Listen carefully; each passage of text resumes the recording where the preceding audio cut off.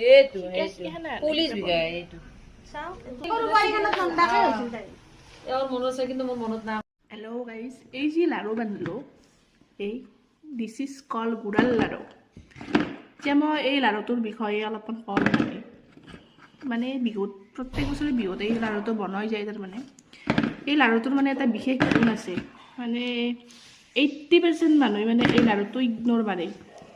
কাৰণ মানে এই লাড়ুটো ইনকে মানে ইনকে আগফালে দিলেও ইনকে নাফাটে, তাৰমানে পাকাত ইনকে আগফালে দিলেও নাফাটে। তাৰপিছত মানে এই লাড়ুটোৰ গুণটো হ'ল এতিয়া মানে এই লাড়ুটো মানে কমকৈ বনালেও হৈ যায়, মানে বেছি বনবাৰ দৰকাৰ নাই। তাৰমানে আমি মানুহক এনেকৈ প্লেটখনত বঢ়িয়াকৈ সজাই দিওঁ আৰু মানে প্লেটখন ভাল দেখা হ'বৰ কাৰণে মানে লাড়ুটো দিলোঁ আৰু তাৰপিছত মানে সেই লাড়ুটো মানে আনি পেলাই সেই চেম আৰু হেৰিতে থৈ দিওঁ, মানে টেমাটোতে সোমাই থৈ দিব পাৰি, সেইকাৰণে বেছি নালাগে। আৰু মানে বিহু শেষ হয় একদম মানে 5 মাহ 6 মাহত গ'লে এই লাড়ু টেমাত থাকিবই চবৰে ঘৰত, মই জানো।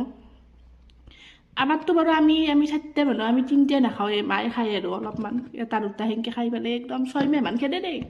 যদি বেছি কৰি বান্ধে না, বেছি কৰি বান্ধিলে আৰু এটা লাভ হ'ব, এই বছৰৰ লাড়ু তাৰমানে অহা বছৰ মানে বিহু পাব, সেইকাৰণে টেনশ্যন নাই। সেয়া প্ৰমাণ চাব এইগিলা, এই মাত্ৰ বান্ধিছোঁ। এই লাড়ুৰ মহিমা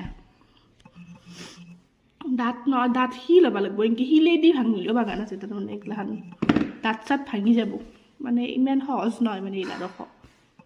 সেয়ে আৰু আমাৰ বিহু কেনে চলিছে বাৰু আপোনালোকৰ চবৰে, আমি এনেকৈ কৰি আছোঁ আৰু এইখিনিয়ে আছিল আৰু লাড়ুটোৰ বিষয়ে ক'লোঁ। এই লাড়ু কাৰ ঘৰত বান্ধে ক'ব। প্লেটখন ভাল দেখা হ'বৰ কাৰণে বনাইছোঁ আৰু মানে আনি পেলাই আৰু এই টেমাটোতে মানে এই টেমাটোত এনেকৈ যি থাকে আৰু এই টেমাটোতে তাৰমানে আৰু ভৰ্তি হৈ থাকিব, টেনশ্যন নাই, শেষ নহয় মানে।